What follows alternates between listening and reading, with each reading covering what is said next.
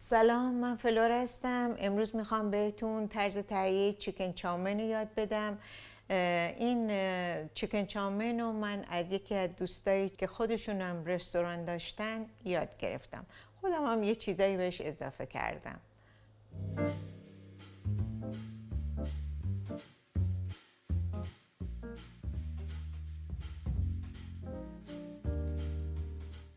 من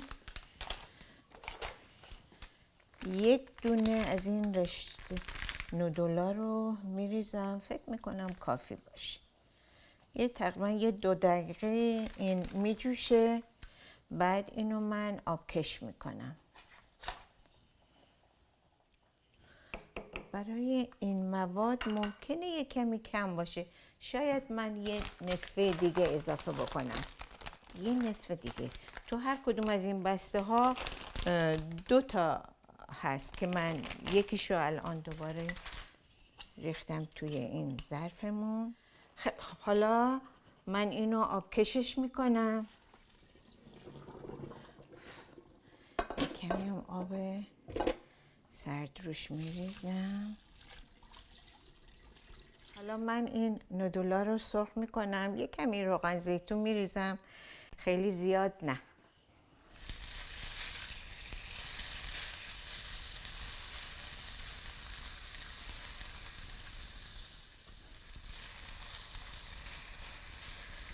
زیاد نمیریزم، کم کم میریزم. این خوب سرخ که شد، بعد من نودولا رو همه رو میریزم توی ظرف. شروع میکنم بقیه کارامو انجام بدم.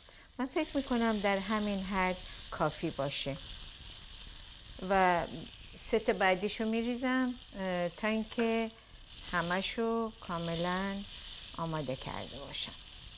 2 تا بیبی باک چوی دارم و میخوام ببینم چقدر از این بیبی باک چوی رو من میتونم استفاده بکنم. من فکر میکنم این حدود 1 2 تا 3 تا 4 تا 5 تا این کافی باشه برای این مقدار. و من اینو الان خردش میکنم.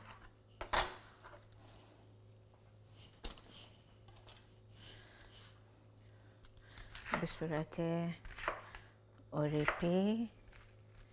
این خیلی زود میپزه. برگاشو درشتر میکنم. من 3 تا فیله مرغ دارم که اینا رو به صورت اوریپی من میبرم. من فیله استفاده میکنم برای اینکه خیلی زود میپزه. روغن زیتون من توی این تابه میریزم، خیلی نه. و شروع میکنم. اول پیازم رو میریزم.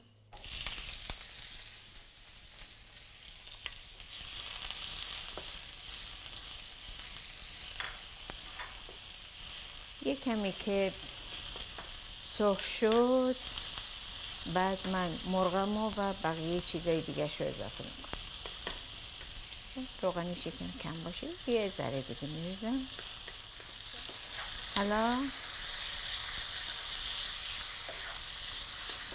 من این مرغو سرخش میکنم. تقریبا یه حدود 5 دقیقه اول این مرغ رو سرخ میکنم، بعدا چیزای دیگه شو بهش اضافه میکنم.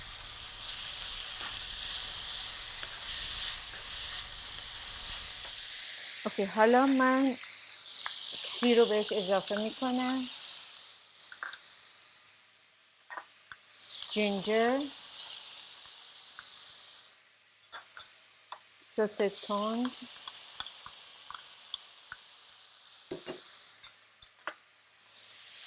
سویا سس، تقریبا 3 قاشق غذاخوری.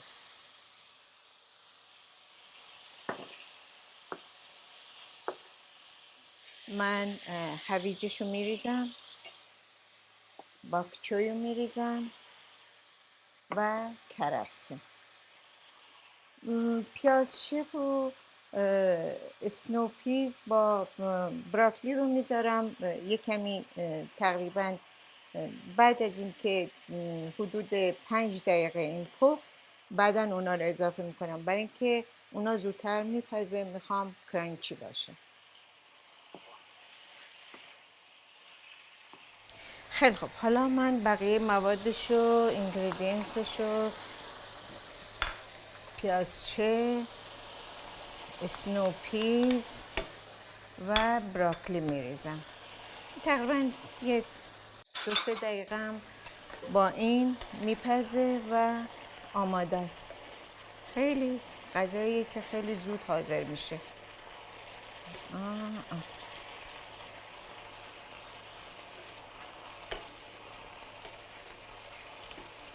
اگر دیدید که خیلی داره خشک میشه، میتونید خیلی کم، تقریبا یه نصف استکان آب بهش اضافه بکنید. من مرتب به هم میزنم که خوب بپزه.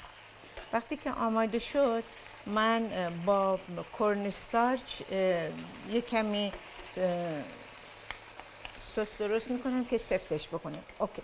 من در عین حالی که داره اینا میپزه یه مقداری بهش سویا سس اضافه میکنم و همینطور خیلی کم، به خاطر طعم خوبی که میده، خیلی کم سسمی اویل. کورن استارچ یه مقدار آب سرد بهش اضافه میکنم. اگه آب گرم باشه حل نمیشه، مجبورم که آب سرد استفاده بکنم و یه مقدارم خیلی کم سویا سس بهش میزنم، میریزم روی این چاومینمون.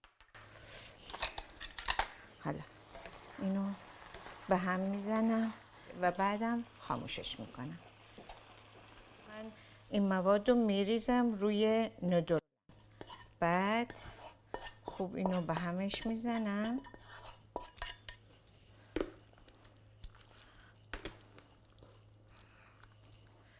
بقیه‌شو دیگه من میریزم توی دیش و نشونتون میدم که به چه صورت بود. حالا من یه کمی تست میکنم ببینم چطور شده.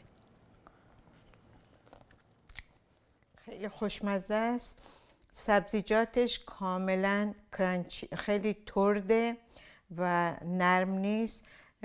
نودلاش خیلی خوب پخته و به خاطر اون سس تندی که زدم یه طعم فوق‌العاده خوبی بهش داده.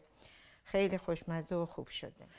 امیدوارم که از برنامه امروز لذت برده باشید و این غذای خوشمزه رو برای خودتون درست بکنید، برای خودتون و خانواده‌تون درست بکنید و تا برنامه آینده به امید دیدار.